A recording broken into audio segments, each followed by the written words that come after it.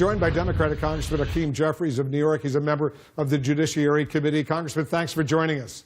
Thanks for having me, Wolf. Let's begin with this report that the president's former national security advisor, Michael Flynn, has now retroactively registered as a foreign agent for Turkish interests for the work he did during the campaign. Should these new developments now be investigated by Congress?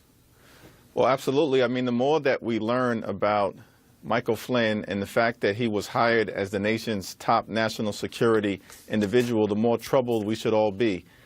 It appears that there was not a significant amount of vetting that was done when a decision was made by Donald Trump to hire Michael Flynn. He obviously lied about his contacts with the Russian ambassador last December, misinformed the vice president, who then misinformed the American people.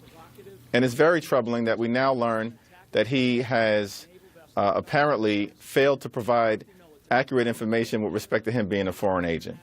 And you know, a lot of this was actually disclosed in this letter. Your colleague Elijah Cummings wrote this letter to then Vice President-elect Mike Pence back on November 18th, 2016, explaining Michael Flynn's connections with these Turkish interests, his connections with Russia, but apparently people didn't pay a whole lot of attention to Congressman Elijah Cummings' letter. Your quick reaction to that? Well, it's incredibly inconsistent in terms of the fact that Michael Flynn was working as a foreign agent with Donald Trump's agenda of putting America first. Apparently, you've got individuals like Michael Flynn who may have been more inclined and incentivized based on the hundreds of thousands of dollars that he received to put Turkey first. You have other individuals who have very questionable contacts with the Kremlin and the Russian government, who seem like they may be more interested in making the Kremlin great again, not making America allegedly great again. And so Elijah Cummings is an incredibly well-respected member of Congress on both sides of the aisle. I think that the Trump administration would do well to pay closer attention to anything that Representative Cummings has to say moving forward. We're all interested, Wolf, in just getting to the bottom of what is going on. We want to make sure we can protect the integrity of our democracy and let the facts lead us to the truth. He's the ranking member of the House Oversight Government Reform Committee, Elijah Cummings. You introduced a measure yesterday, Congressman, that might force the House of Representatives to vote on whether to seek documents from the Trump administration detailing contact between the Trump campaign and Russian officials. What specific information do you want to see?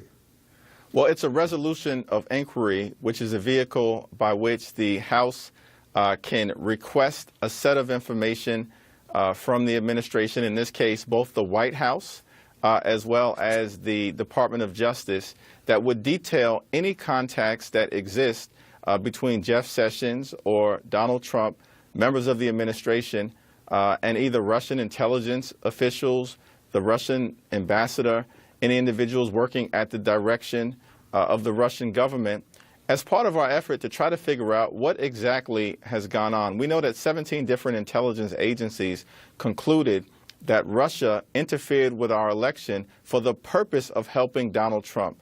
We also know that at the same time, many high-level Trump allies and cronies engaged in communications with the Russian government during the same time when Russian intelligence agencies were hacking into our election. Folks like Michael Flynn, we now know the Attorney General, Jeff Sessions, Michael Cohen, who was Donald Trump's personal lawyer, Carter Page, who was his top foreign policy advisor, Paul Manafort, who was Donald Trump's chairman. These are very troubling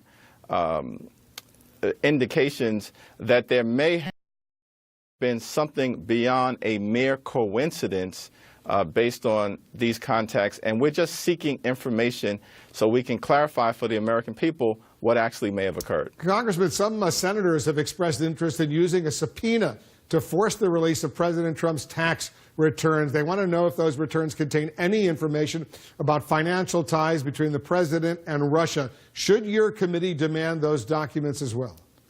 Absolutely. And in fact, the Judiciary Committee does have subpoena power, which, of course, Chairman Goodlatte has failed to exercise at this point, which is why we've decided to move forward with the resolution of inquiry vehicle, which will, at minimum, force either the entire House of Representatives to take a vote so we'll know where members stand in terms of providing transparency to the American people, or the Judiciary Committee will have to consider this resolution of inquiry, and we can have a debate about how to proceed. Very quickly, the former Director of National Intelligence, James Clapper, says he hasn't seen any hard evidence of collusion between the Trump campaign and Russia. Have you seen any hard evidence to back up that?